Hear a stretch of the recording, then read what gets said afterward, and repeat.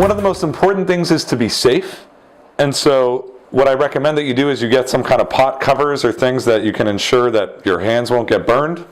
And then also to make sure that there's nothing here on this section of the stove and that there's plenty of room for the water to spill over without it spilling beyond onto yourself or someone else. And you have to know that some of the water is going to spill over onto the stovetop. And so I'm going to immerse this in here.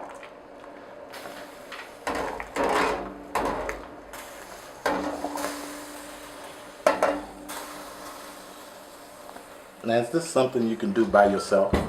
This is something you can do by yourself. We can cover it up. And I just recommend that if you are somebody who is on the klutzier side, that you do it with somebody who is you trust with a lot of kitchen basic utensils.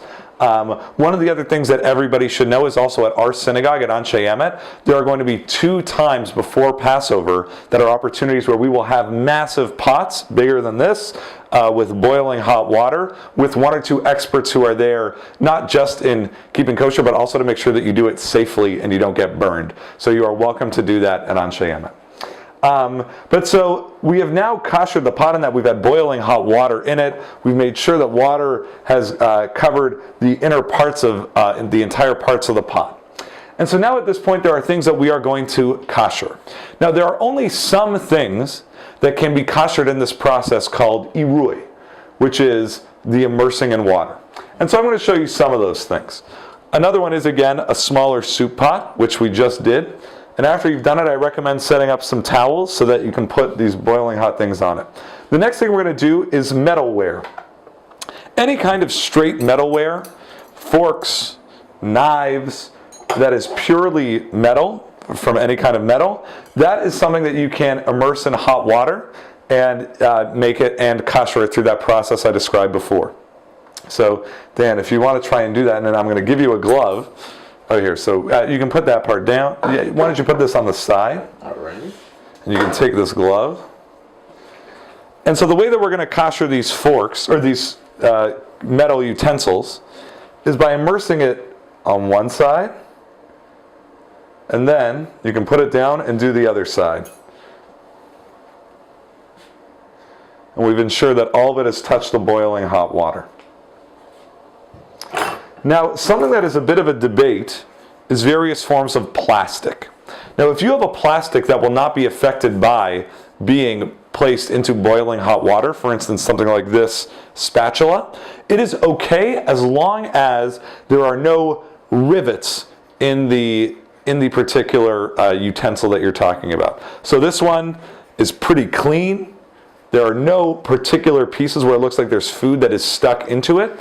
It's been waiting for 24 hours, and so we can do the same process for this piece of plastic. So if you want to immerse it in the boiling, then you can flip it over to the other side, and we can do that.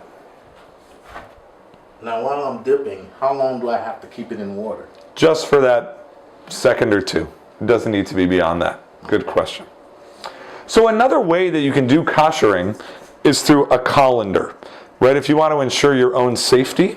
And so this colander, what we can do is we can place it in here and put various utensils in it while ensuring that everything else has touched the hot water.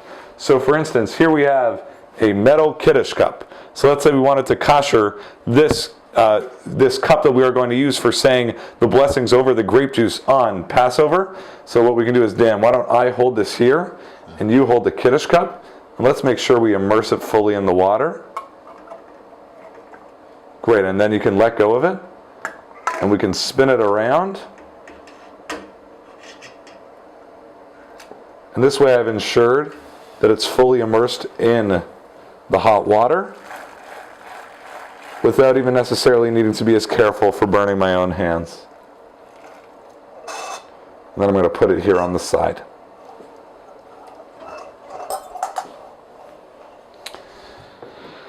Now there are some things that can't necessarily be kashered. Why don't you hold these for me, Dan? All right. So this is an earthenware or a clay plate. And so any earthenware objects cannot be kashered. A similar case is china. Some people ask about fancy china, if that can be koshered. It generally cannot be koshered unless it has not been in use for an entire year. So I'm happy to speak more about that for a whole complex of reasons, but generally earthenware is not acceptable, but if it's been aside for 1 year, then there are some exceptions for that. Other things that we're going to talk about are things which have rivets, but maybe some stuff has gotten stuck in it. So for instance, a common example is a peeler, right, where food can get stuck into any one of these given parts.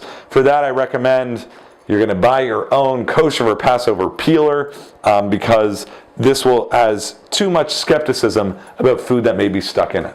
A similar case is like one of the knives that Dan and I are holding, where there's a metal piece, but there's an attachment of whether it's wood or plastic.